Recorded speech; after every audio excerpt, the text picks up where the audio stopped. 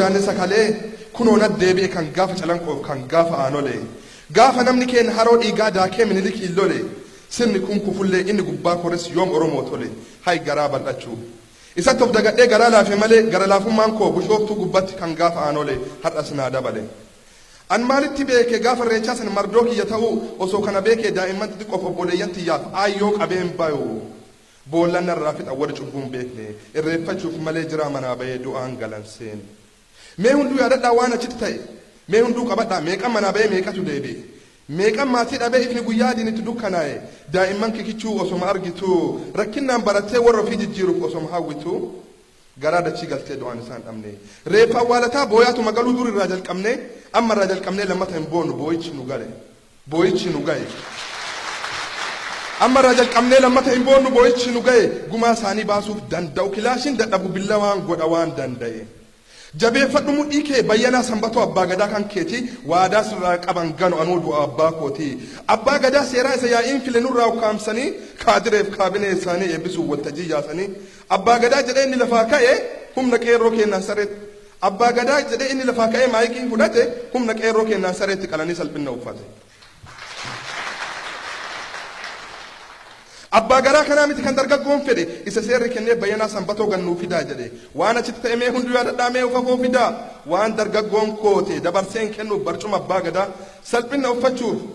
tokkotu dubbate abbaa gadaa jedhee dhiirti fiigaa dhuftee maayikii irraa fuudhee morma isaa hudhee aarii kan hin jirre maayikii dhooggatee daawun wayyaanee jedhe leencaariin jirre agaazis micciiree maayikii dhooggate hafuura baafan kan qara rakkannee garaan nu gubate gammannee ejjannoo leenci kun aariidhaan fudhateen du'aaf murteeffatee duruu manaa bahee gubatee cinqamee hiddi mormaa kaasee hidda mataan bahee achirraa jalqabee daawun wayyaaneen dhaadannoo nuuf ta'e yoo lubbuun jiraate dhiiroo naaf eebbisaa silaa baay'ee faarsa hin beeku maqaasaa ammaalan sii godha sabatu gammade seenatu kaasaa bakkuma jirutti hadaraa sittaa ta'u yaa rabbi lubbuu isaa bishooftu dubbadhu gumaan baafna hundumtuu naaf beeki abbaa gadaa bayyanaa sanbatoo harsadii gubbatti reeffata na eegi kabajaa mulqabne ani sabni guddaan warra sanyii mootii waadaan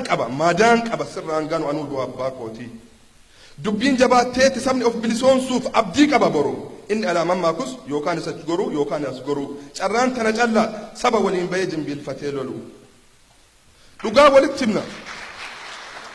walitti himna kijibaan bokokne waggaa 40 gaafa sanni dhiige eenyu waa hojjete hojii qabatamaa warri bara dheeraa Ameerikaa Asmara Ingiliz Laandan taa'eetiin si hooggana jedhu sabni ifateera waan akkana kana dhaga'uun fedhu.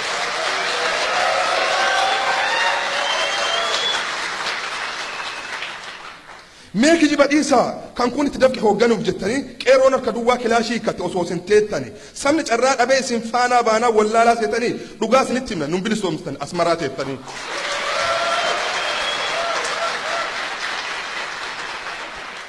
nama ajaa'iba waa hedduu dhageen afaan keessanirraa karrayyuu shaashamannee baddaa baalee keessan natu lolaa jira nutiyyuu ni beekna fira keessaa qabna maatii achi jira ofii sirmaannee qooda keessaa qabna maallaqas buufneerra garaanuu nu beekaa dargaggoo lolaaraa afaan qabaanurraa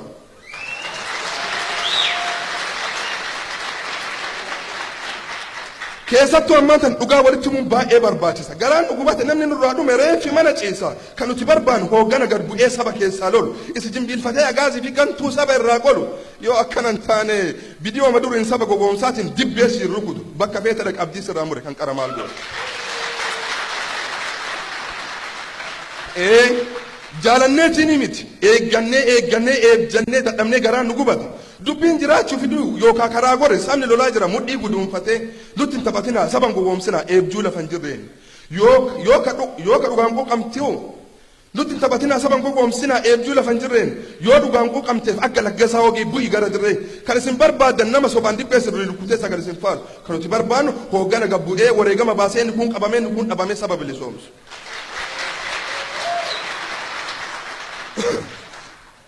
urgasin baatanii waggaa 40 sabni keenya ramne takka buusii buusaa takka qawwee bitaa dhaqnee wamaa nutti namne